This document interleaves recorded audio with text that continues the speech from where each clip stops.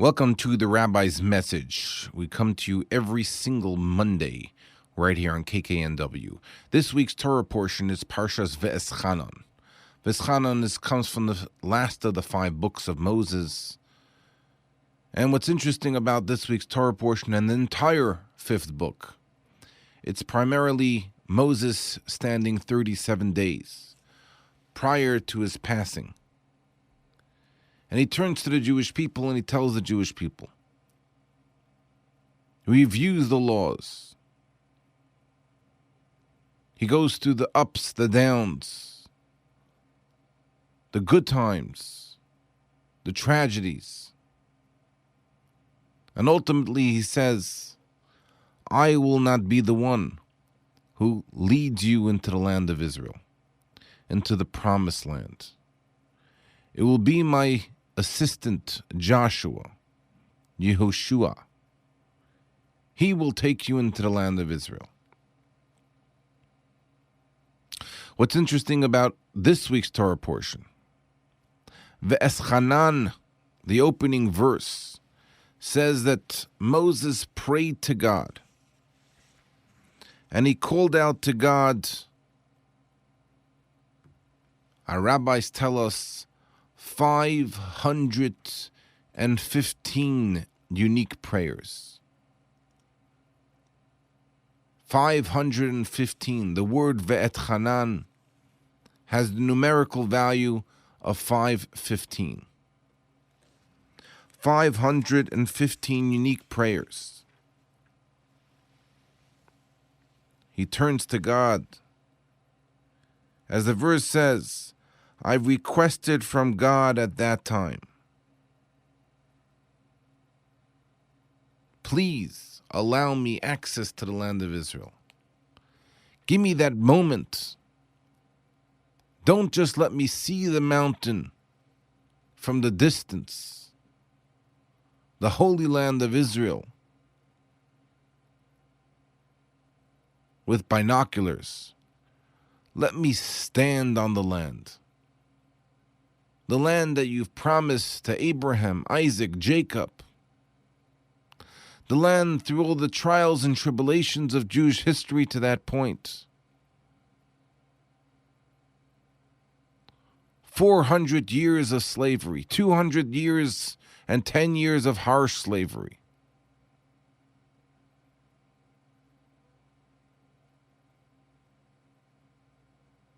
You think all he wanted was access. All he wanted was to be able to see the land of Israel. Close up. Feel the soil. But what's interesting in this week's Torah portion, that will be read in synagogues throughout the world, Moses' request is denied. Moses says, please, and God says, stop. Stop praying.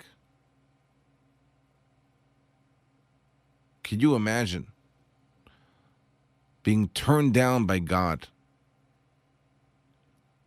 People go for interviews. These larger corporations, sometimes you go through 5 different interviews. You pass the first one, the second one, the 5th one, you're thinking it's feeling good. I pretty much got the job. We're just going through logistics. And then boom, the news comes down. Sorry, we went with someone else. How do you feel? Most of the time, people feel miserable. Can't believe it. What did I say wrong in that last meeting? What did I do that... And people start building the scenarios and trying to rebuild step by step to know perhaps what they did wrong here, they don't repeat again. But even with that, they still get down on themselves and they said, I can't believe it. It's not fair. Imagine being turned down by God.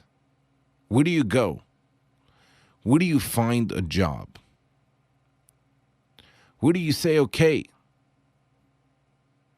this might not work, but where else can you fit me in? There isn't another company to go to. If God turns you down, boom, it's over.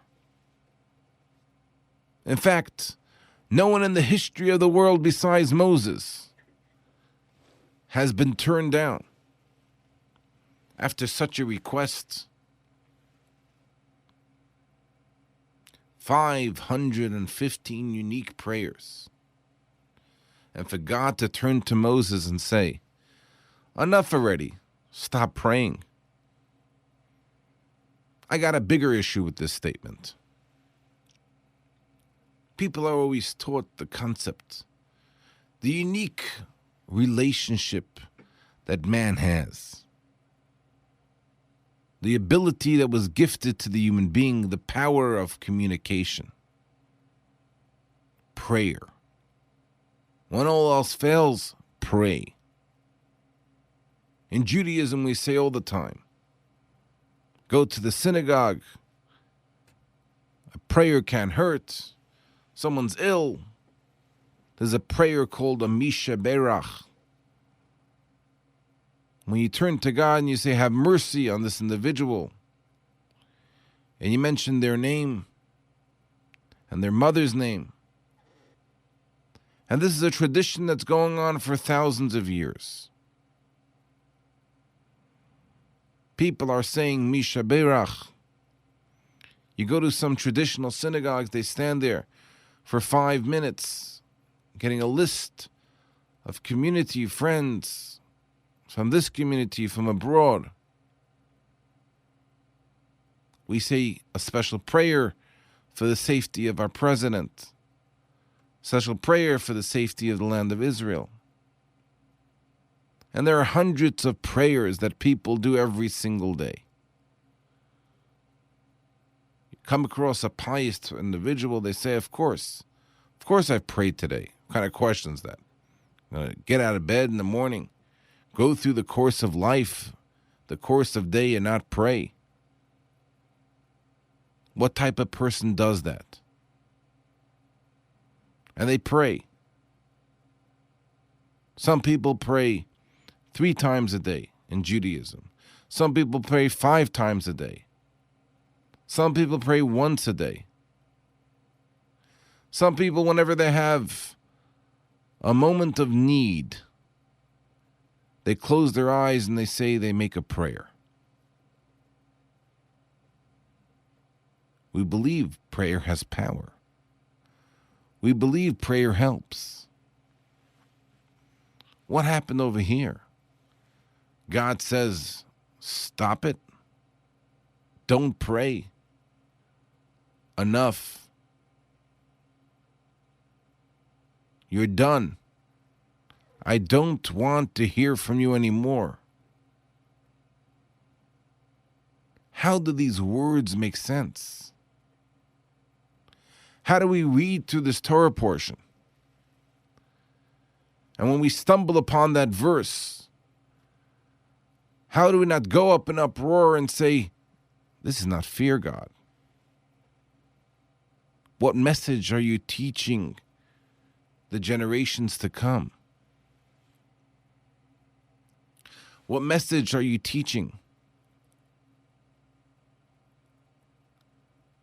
each and every person that when they have a time of need, they know they can pray? You're saying prayer is meaningless, no value. Etch it off. Delete. Could you imagine synagogues that started a new fad? No more praying in the synagogue. Come here to socialize. Come to the meal. We don't need a prayer. Prayer doesn't help. God said no. How does this make sense in this week's Torah portion? I one time heard a very powerful and important perspective to these challenging verses. Moses, the faithful shepherd. Moses, known as the Ro'ei Ne'eman, the true leader of the Jewish nation. The one that every single one of his sheep, all part of the herd of the Jewish people, he cared for, catered to, nurtured. Moses, that we the only title from all the great scholars and leaders in Jewish history. It's only him that we call him Rabbeinu, Moshe Rabbeinu. Moses, our master, our teacher, our guidance, our inspiration. That's what Moses is. So what message is Moses teaching us here? And more important, if the Torah, if the Bible decided to document this interaction, this unique episode, how Moses stands before God 37 days prior to his passing, and he asks, please, allow me access, and God says, no. What's the message to me from this dialogue? What can I walk away with a deeper reflection and understanding the importance of this week's Torah portion? What I one time heard was an insight is as follows. Moses prayed 515 unique prayers. God turns to Moses and says, Moses, I know you know better. I know you truly understand the power of prayer. Going back, we find that every moment when the Jewish people were in despair, they turned to the book. They turned to guidance. They turned to prayer. Jacob, when he was about to meet his twin brother Esau, when he heard he's coming with 400 soldiers, 400 men in war, engaged in war, it says that he took 3 approaches. He prepared a part for war. He prepared a gift. But then it says he prayed. Jacob understood the power of prayer. That even in times of need, a person has to make physical and important preparations for war or to appease another individual. But don't underestimate the component of prayer. We find throughout history, prayer was always used as that tool, that moment of communication, that moment of either gratitude, showing gratitude, or pleading with God to have mercy and acceptance. Why is it that all of a sudden, Moses, the greatest advocate for the Jewish people, the one that when God said, I can't handle what the Jewish people have done, this is the reward for the Torah, the sacred wisdom of God that have instilled in the world. You build for me a golden calf. God says, if this is the way you feel, I think I will destroy this entire world and find new people. Create a new structure Wipe the slate clean. Moses stands up to God and says, God, if you do so, delete me from your book. That's an advocate. That's someone that puts their life on the line. Could you imagine the number one character in the discussion and the stories, the drama, the insights, the episodes of Torah, taking out the number one character?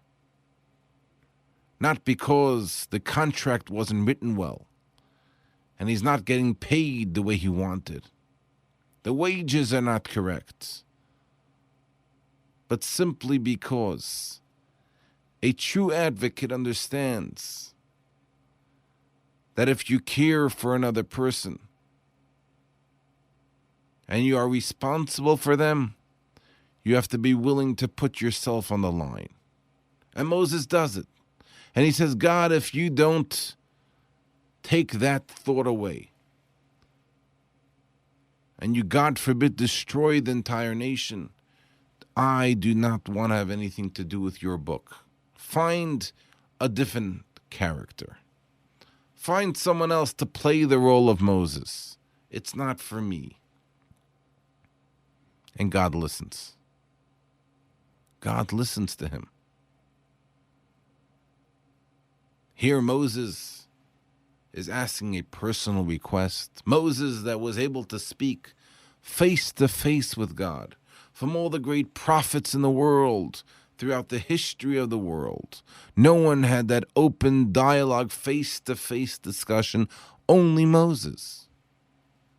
And yet Moses comes to request that communication, that simple request, just grant me access. Come on. Come on. This is not a concert. I'm not asking for a backstage pass. This is the promised land. You know I want to go there. Just give me the access. Please. And God says no. But God doesn't just say no. God tells Moses an important insight. God says, Moses, don't think for a moment that the 515 prayers, unique prayers that you have performed on this very day to be granted access to the land of Israel has no staying power. The reason why I'm asking you to please stop, I don't want to go into any more further dialogue and discussion about this matter, is simply because prayer works. And if you keep on praying, I'll be forced to change my mind. Moses, you're not a simple person. You understand that when God says no, with a clear no, for you, we're not talking about no on behalf of someone else. But this is a no, a communication between Moses and God. God means it seriously. And for whatever reason, God determined that Moses was not to be the one that led the Jewish people into the land of Israel, but it should be Joshua. So God says, please stop praying. And our commentaries explain and derive from this interesting episode that from here is where we learn the power of prayer. A person should never say, prayer is not working. I've tried it and it's not working. Perhaps you didn't try 516 times. You tried 515. It's that perhaps that additional prayer. That one more time when you stand before God and you say, God, please grant me. Please grant us all. Give us what we need. We want to do good. We want to carry out your mission. We want to instill light and joy in this world simply because That's what you want of us. I think if a person takes this profound message from this week's Torah portion, and they say, wait a second, I know I have these personal challenges. I have friends that need prayer. And I tried it once. I tried it twice. 10 times. And I feel it's sincerely not helping. There's nobody listening to my prayers. My plea to you today is based on this powerful Torah portion of Parshat Va'etchanan. How when Moses stands before God and God says, stop praying, stop requesting, enough already, don't ask me one more time. It's simply God saying, if you do, I won't have a choice, but I'll have to listen. And I think a person should walk away with the same enthusiasm and perseverance to stand before God when you know something about another individual of need. It could be personal, it could be a friend, it could be a community member. It says, Kol hamispalel ba'ad chavero hu nenat chila, which means any person that prays on behalf of their friend, he will enjoy, will merit, and receive reward for it first. God likes to see when a person is not about I, it's not about the self, but it's about how can I help the other individual. And I think when we walk away from this week's Torah portion, today is Monday, we can engage an entire week in this thought. And we can say, wow, I prayed for someone. I prayed for myself. And I don't see the answers yet. Perhaps the insight is keep on praying. Show God your sincere dedication, your commitment, your willingness to stand before Him as humble and as empty as we can. We stand before God and we say, grant us, give he or she those needs of blessings, of health, prosperity, joy, peace in the world, whatever it may be. But God grant it for us all. And I could assure you, if we take this message to heart and we continue to pray with force and with dedication, all the blessings that are being held in the heaven and waiting for that one more time that you turn to God and you say, please grant me, please grant us all those requests, those wishes, I'm certain they will all be fulfilled. And we will merit to once again have Moses as our leader. And Moses then will enter into the land of Jerusalem with the rebuilding of the temple speedily in our days. You're listening to the Rabbi's message. We'll be back same time, same place next week. This is Rabbi Elazar Bogomilsky.